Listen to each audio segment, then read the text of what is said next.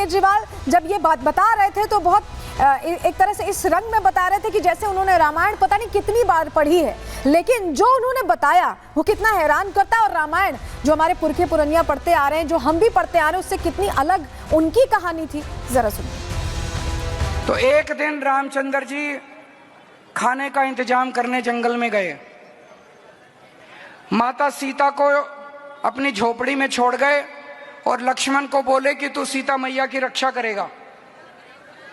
इतने में रावण आया, सोने का हिरण बन के आया कि नहीं आया? सोने का हिरण बन के आया। सीता मैया लक्ष्मण को बोली मेरे को ये हिरण चाहिए। लक्ष्मण बोला ना मैया, भगवान राम कह के गए हैं कि मेरे को आपकी रक्षा करनी है। उसने बोली नहीं, मैं तेरे को आदेश देती हूं, जाओ और हिरण को पकड़ के लाओ। लक्ष्मण के पास चारा नहीं था, लक्ष्मण चला गया और वो रावण अपना वेश चेंज करके और सीता मैया का हरण करके ले गया।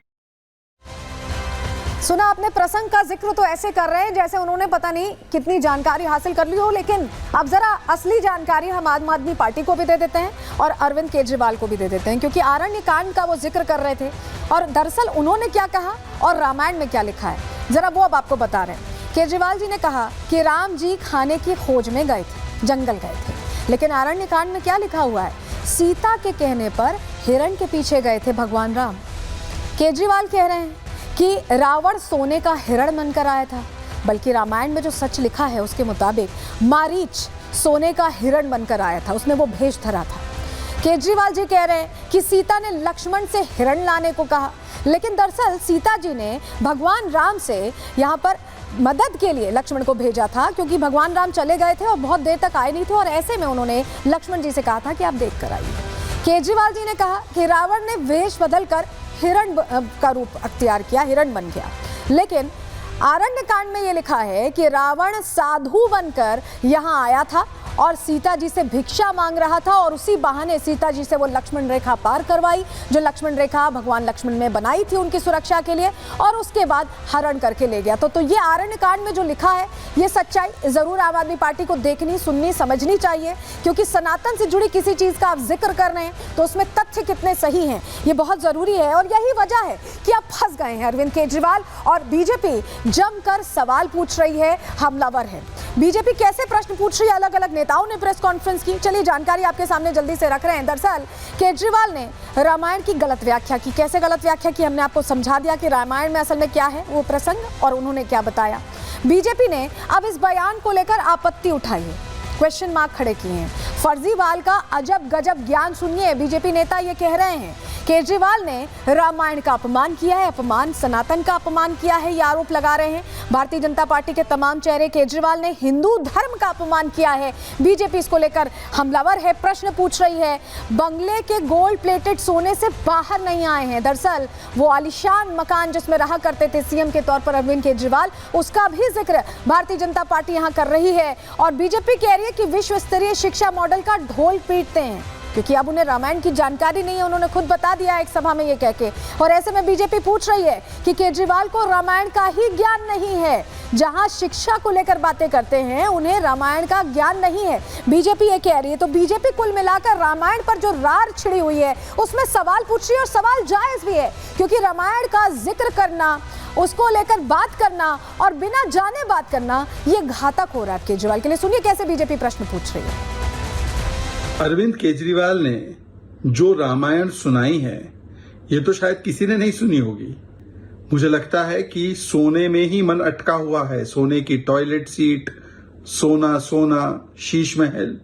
ये वही लोग हैं जिन्होंने बोला था कि राम मंदिर बनाने के बदले वहां पर कोई हॉस्पिटल, यूनिवर्सिटी बना दो। मनीष सिसोदिया ने बोला था। पता है कि पूरे इंडी अलायंस में ही ये चरित्र है हिंदू अपमान करने का, चाहे वो समाजवादी पार्टी हो, चाहे वो कांग्रेस हो, चाहे वो डीएमके सनातन समाप्त हो या आम आदमी पार्टी।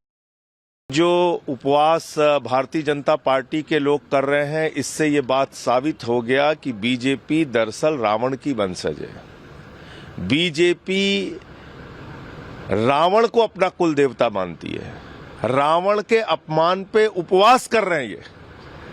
तो इसलिए अब मैं दिल्ली के लोगों से कहना चाहता हूं, इनसे बच के रहिए। ये राक्षस कुल के लोग हैं, ये आपका भक्षण भी कर सकते हैं, इनसे सावधान रहिए।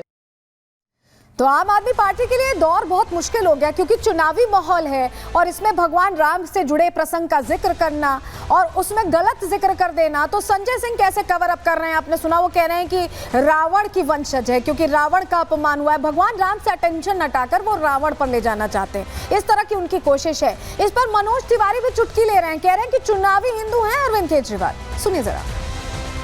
रामायण का जिक्र करते हुए अरविंद केजरीवाल ने कहा कि रावण ने जो है वो हिरण का रूप धारण किया था, इसे कैसे देख? जो कभी नहीं रामायण पढ़ा वो भी कथा सुन के बता देगा कि मारीच आया था सोने का मृग बन के और राम जी का संकट जान के सीता जी ने लक्ष्मण को भेजा।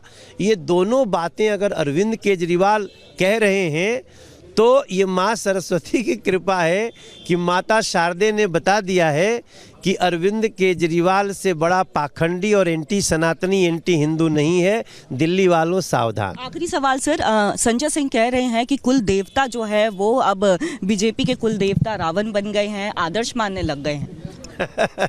ये जाके मनीष सिसोदिया से बात करें, जाके अरविंद केजरीवाल से बात करें। ये संजय सिंह तो अपने को कह दिए हैं कि अरविंद केजरीवाल ने हमको दोगला कहा तो हम दोगला ही हैं। अब ऐसे लोगों को जो कि दोगले सुनने के बाद भी नहीं अपने नेता से बात करते हैं, उनकी सवाल का हम क्या जवाब? आपको याद होगा जब राम मंदिर की प्राण प्रतिष्ठा हो रही थी तो यही अरविंद केजरीवाल थे, इंडी गठबंधन का हिस्सा थे, उन्होंने दूरी बना ली। अब चुनाव आया तो राम की बात भी होने लगी, राम के प्रसंग का भी जिक्र होने लगा और कुछ इस तरह से प्रसंग का जिक्र हुआ जहां ये भी समझ में आ गया कि पूरी जानकारी नहीं है। ऐसे में अब ये राजनीतिक हानि पहुंचा सकता है चुनावों में आम आदमी पार्टी को, और यही वजह है कि बीजेपी लगातार टारगेट भी कर रही। रिपोर्ट देखिए।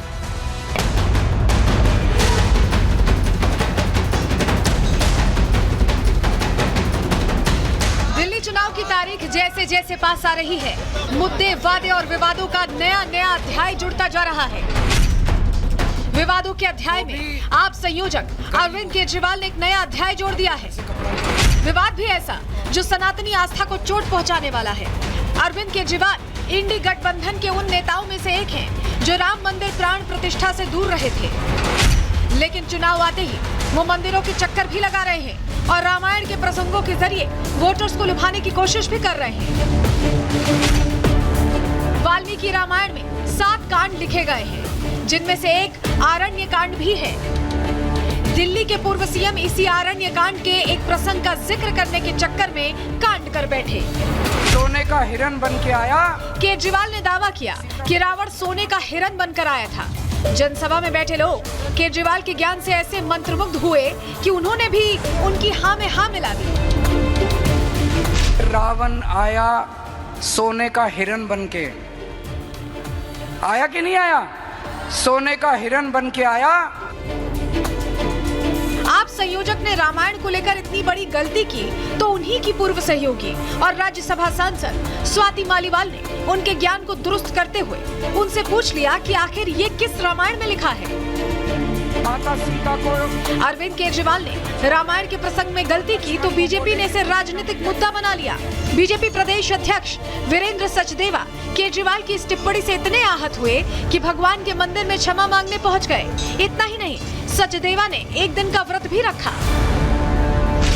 सनातन और हिंदू धर्म ये हमारी आस्था का विषय है। आज तो हर हिंदुओं को जो है कम से कम ये प्रार्थना करनी चाहिए कि ऐसे अधर्मी को दिल्ली से उखड़ के बाहर फेंक देना चाहिए। हम तो ये प्रार्थना करने यहाँ पर आए हैं और साथ साथ इस बात को उपवास भी कर रहे हैं ताकि ये जन चेतना पूरे समाज में जाए कि ऐसे अधर्मियों को अब दिल्ली से बाहर करने का समय आ गया है। अरविंद केजरीवाल चुनावी हिंदू हैं, वरना तो सारे 5 साल वो जिस धर्म विशेष की चिंता करते हैं हम सबको मालूम है। और इतना उनको सोने से मोह हो गया कि रावण भी उनको सोने का हिरण दिखने लगा। शीश महल में जिस सोने का उन्होंने आडंबर रचा है, आज तक उस सोने से बाहर नहीं आ रहे। इस बार के चुनाव में अरविंद केजरीवाल का सॉफ्ट हिंदुत्व साफ नजर आ रहा है। पहले उन्होंने पुजारियों के लिए वेतन की घोषणा की तो घोषणा के अगले दिन ही खुद पुजारियों का रजिस्ट्रेशन करने निकल पड़े। ऐसे में बीजेपी अरविंद केजरीवाल को चुनावी हिंदू करार दे रही है। कुछ लोग चुनावी हिंदू होते हैं, एक्सीडेंटल हिंदू होने का काम भी करते हैं और शायद उनको ये भी नहीं पता कि सोने का हिरण बनके रावण नहीं राक्षस मारीच आए। इनकी अपनी भी शिक्षा और ज्ञान अधूरा है और दिल्ली के बच्चों को भी ना पाठशाला दी मधुशाला दी। श्री राम जन्मभूमि पर प्राण प्रतिष्ठा का कार्यक्रम का घोर विरोध और बायकॉट करने वाले बगुला भगत बने अरविंद केजरीवाल को हार के डर से ही भगवान श्री राम याद तो आए। ये वही अरविंद केजरीवाल हैं जो कहानियां सुनाते थे टीवी पर कि उनकी नानी कहती है कि श्री राम जन्मभूमि पर मंदिर की जगह अस्पताल बनना चाहिए। श्री राम जन्मभूमि का विरोध कर रहे केजरीवाल का असली चेहरा सामने आ चुका है। अरविंद केजरीवाल अकेले ऐसे नेता नहीं हैं जिन्हें चुनाव आते ही राम और हिंदुओं की याद आई। इससे पहले कांग्रेस, समाजवादी पार्टी और इंडी गठबंधन के कई दिग्गज नेता चुनाव आते ही सनातनी चोला ओढ़ते नजर आ चुके हैं। ऐसे में देखना ये होगा कि दिल्ली की जनता इस चुनाव में किसे विजय तिलक लगाती है। Bureau report, Republic Bharat.